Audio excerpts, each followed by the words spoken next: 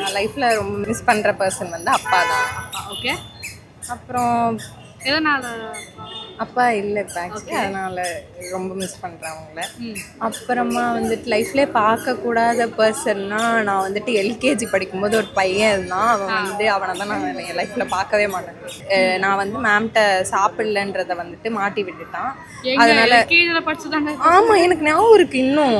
அவன் வந்துட்டு அவனும் தான் சாப்பிடல, அவனை நான் மாட்டி விடல, அவன் என்ன மட்டும் மாட்டி விட்டான். கீரை சாதம் எனக்கு பிடிக்கவே பிடிக்காது. ஓகே. அதனால நான் சாப்பிட மாட்டேன்டான்னு சொல்லி தான் சொன்னேன்.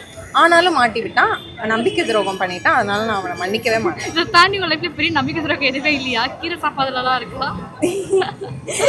அவனுக்கு வாழ்க்கை எவ்வளவு நம்பிக்கை துரோகம் நடக்குது, இவங்க மாதிரி கீரை சாப்பாடு நம்பிக்கை துரோகம். கரெக்ட். இப்பதான் யோசிக்கிறேன், நிறைய பேரை பார்க்க கூடாது அப்படி பார்த்தா. ஆனா இன்னும் அது என் மனசுல பதிஞ்சு இருக்கு. ஏன்னா கொட்டு வாங்கினேன் அப்ப எனக்கு வந்து பிஞ்சு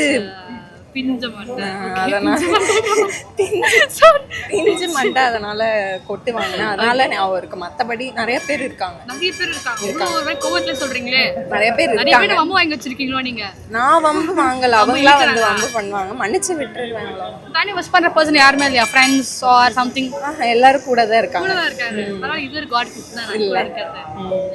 Thank you so much.